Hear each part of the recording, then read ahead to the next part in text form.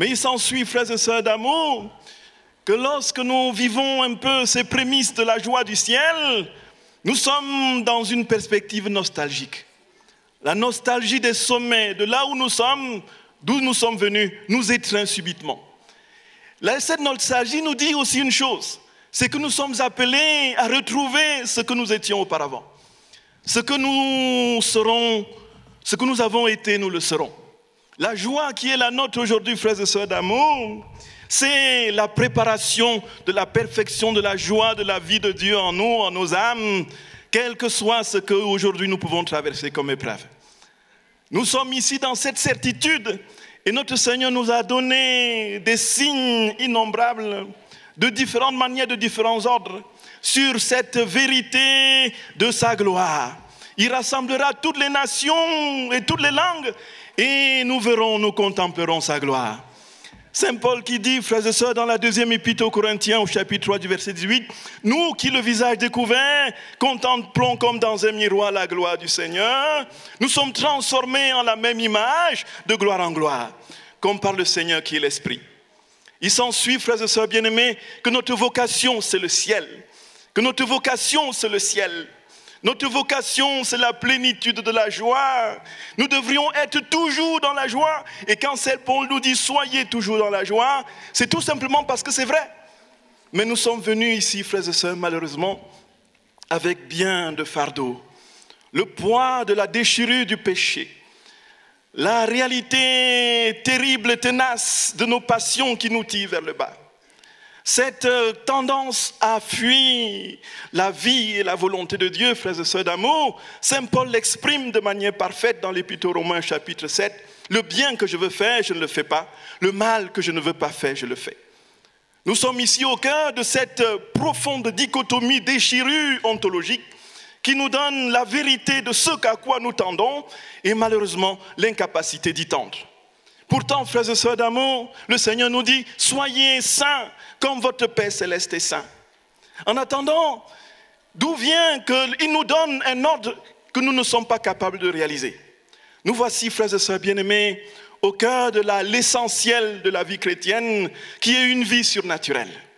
Sans moi, vous ne pouvez rien faire, dit notre Seigneur, Jean 15 au verset 5. Sans moi, vous ne pouvez rien faire. Qu'un auteur disait que la vie chrétienne n'est pas difficile, elle est impossible. Comment est-il possible que je pardonne à mon ennemi?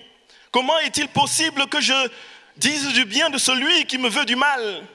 Comment est-il possible que j'aille vers celui qui m'a tant offensé et que je lui tende la main en premier en laissant devant l'autel mon offrande? Comment est-il possible que je ne vive que pour les autres et pas pour moi? Que je me dépossède de tout? Que je ne vive que pour Dieu? Comment est-il possible que je quitte et mes parents et toutes mes affections? La vie chrétienne n'est pas tout simplement, frères et sœurs d'amour, de l'ordre de l'impossible, c'est de l'ordre de, tout simplement, de l'éthéré. Et si le Seigneur nous dit que c'est possible, c'est tout simplement parce que c'est possible. S'il nous dit que c'est possible, c'est parce que lui, il le réalise.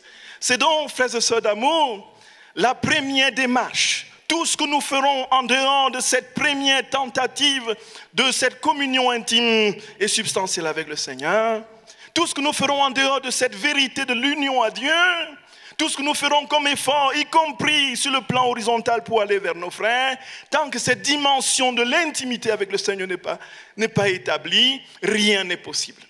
C'est pourquoi, frères et sœurs d'amour, aujourd'hui, il nous est dit, ce soir, le Seigneur prévoit bien de grâce, de différents ordres. Et les miracles les plus spectaculaires sont ceux de l'âme, du dépouillement, et naturellement du dépouillement des aigreurs, des amertumes, vis-à-vis de Dieu d'une part, des difficultés réelles, des situations extrêmement complexes que nous ne maîtrisons pas, que nous ne comprenons pas. Pourquoi ceci m'arrive? Pourquoi Dieu me fait-tu ceci? Pourquoi est-ce que les autres ne vivent pas ma souffrance? Pourquoi est-ce que je suis dans cet état alors que je te prie tous les jours? La révolte vis-à-vis de Dieu est naturellement, frères et sœurs bien-aimés, cette difficulté à aller vers le frère. Et c'est encore plus complexe. Lorsque le Seigneur établit la plénitude de sa vie en nous, frères et sœurs bien-aimés, il nous dit tout simplement que la grâce d'être véritablement, comme il le dit, saint et parfait. C'est sa grâce, et uniquement sa grâce, et c'est sa vie, et uniquement sa vie. Il nous dit donc, dans tout ce qu'il nous a légué comme héritage dans le temps de sa rédemption, il nous a laissé le sacrement des sacrements qui est l'Eucharistie. Il nous a laissé le sacrement qui vient de suite pour recoudre le tissu déchiré, la déchirure ontologique de nos âmes vis-à-vis de lui et de nos frères, le sacrement de réconciliation. Et notre Seigneur, frères et sœurs bien-aimés, donne des paroles d'une force inouïe à Sainte Faustine. Dis aux âmes, dit-il, où elles doivent chercher la consolation. C'est au tribunal de la miséricorde. C'est là qu'ont lieu les plus grands miracles qui se renouvellent sans cesse. Point n'est besoin pour obtenir ces miracles de faire des lointains pèlerinages ou de faire étalage d'un quelconque cérémonial. Il suffit de se jeter avec foi aux pieds de celui qui tient ma place, c'est-à-dire le prêtre. De lui dire ma misère, et le miracle, de lui dire sa misère, et le miracle de la miséricorde divine se manifestera dans toute sa plénitude. Écoutons, frères et sœurs bien-aimés, écoutons ce que Jésus dit. Même si cette âme était en état de décomposition comme un cadavre, même si nous étions des cadavres ici ambulants, frères et sœurs bien-aimés, le Seigneur nous dit, même si humainement parlant, il n'y avait aucun espoir de retour à la vie, et que tout semblait perdu, il n'est pas ainsi selon Dieu. Le miracle de la miséricorde divine redonnera vie à cette âme en toute sa plénitude. Gloria, béni sois-tu Seigneur, béni sois-tu Jésus. Béni sois-tu Seigneur notre roi, béni sois-tu Seigneur. Nous avons cette foi, frères et sœurs bien-aimés, inébranlable en celui qui reverdit les déserts. En celui qui donne la vie aux ossements desséchés. En celui qui ressuscite le cadavre de 4 jours.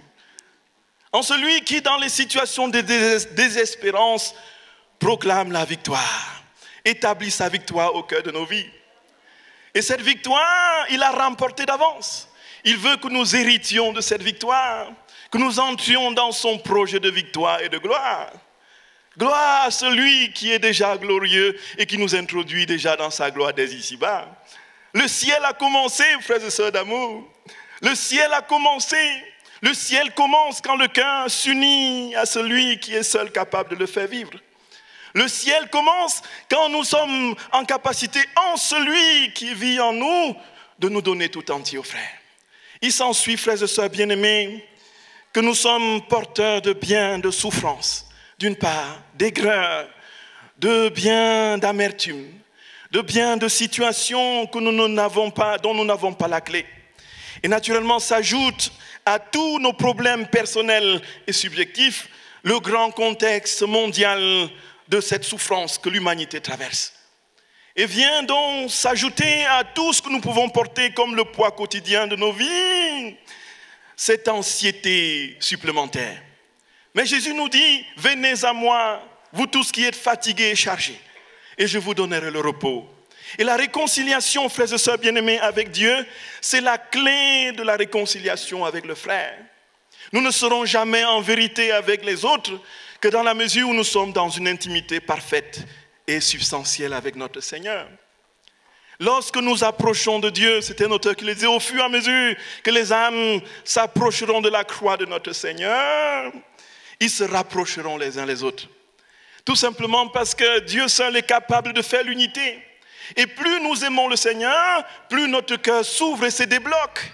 Plus nous sommes dans cette certitude parfaite que le frère n'est pas un ennemi, que mon prochain n'est pas un ennemi, qu'il est plutôt celui que Dieu me donne, même s'il parfois il est cause de ma sanctification, pour que j'arrive toujours plus près de son cœur. Reposons-nous sur le cœur de notre Seigneur, frères et sœurs bien-aimés. Déchargeons nos fardeaux. Ne laissons pas cette soirée passer sans avoir quelque chose de la grâce, de cette grâce, un signe du dépouillement de notre cœur. Et au fur et à mesure que notre cœur se dépouille, Dieu prend toujours plus de place. Frères et sœurs, déposons nos fardeaux. Allons au confessionnal. Le confessionnal, frères et sœurs bien-aimés, c'est le tribunal de la miséricorde. Et comme dit notre Seigneur, frères et sœurs, C'est le lieu où il réconcilie, non seulement réconcilie, mais guérit, mais aussi, surtout, ressuscite. Saint Padre Pio disait que la confession fréquente active la conversion, entretient la délicatesse de l'âme, fait grandir dans l'humilité et fortifie dans les tentations. Nous voyons, frères et sœurs bien-aimés, que si nous avons quelque chose contre le frère, si nous l'avons déposé en confession, il sera plus facile d'aller vers lui. Et ceci avec la paix du Seigneur et avec sa présence. Croyons de tout notre cœur que notre Seigneur est vivant. Et comme dit Job, que l'heure vient où nous serons sur la cendre de notre corps et nous verrons la gloire de Dieu. Nous verrons le visage de beauté éternelle, le visage d'amour infini, le visage de sainteté sans nom de celui qui nous a créés. Tout est une question de foi, frères et sœurs bien-aimés, de foi. Il s'agit d'avoir cette foi intime, cheville au corps, d'être brûlant d'amour pour le Seigneur, d'être un brasier ardent, des torches brûlantes d'amour, y compris, frères et sœurs bien-aimés, lorsque nous sommes dans des situations extrêmes. Le Seigneur veut une chose, c'est notre bonne volonté. Et il fait le reste. Allons-y au confessionnal, frères et sœurs d'amour. Allons-y déposer nos fardeaux. Allons-y recevoir l'infinie miséricorde du Seigneur. Allons-y recevoir sa tendresse. Allons-y vivre le ciel. Le ciel a commencé. Le ciel a commencé. Ne loupons pas le passage du ciel. Ne loupons pas le passage du ciel. Le ciel a commencé. Il s'en va, il attend que nous embarquions. Frères et sœurs d'amour, que le Seigneur, dans sa grâce et sa bonté, réalise sa promesse en ce soir, qu'il nous bénisse, nous décharge de ce fardeau, et qu'en sortant de ce chapiteau, nous ayons des ailes pour nous envoler. Voyez. Amen. Gloire à toi, Jésus. Béni sois-tu, Seigneur. Béni sois-tu, Jésus. Béni sois-tu. Frères et sœurs, je l'ai expérimenté pour ma part. J'ai reçu énormément de guérison dans le sacrement de réconciliation. Je vous encourage très très fortement. Et si vous avez quelque chose contre le frère, allez d'abord le déposer au Seigneur. Et vous verrez que ce sera plus facile d'aller vers lui. Que notre Seigneur soit béni éternellement. Amen.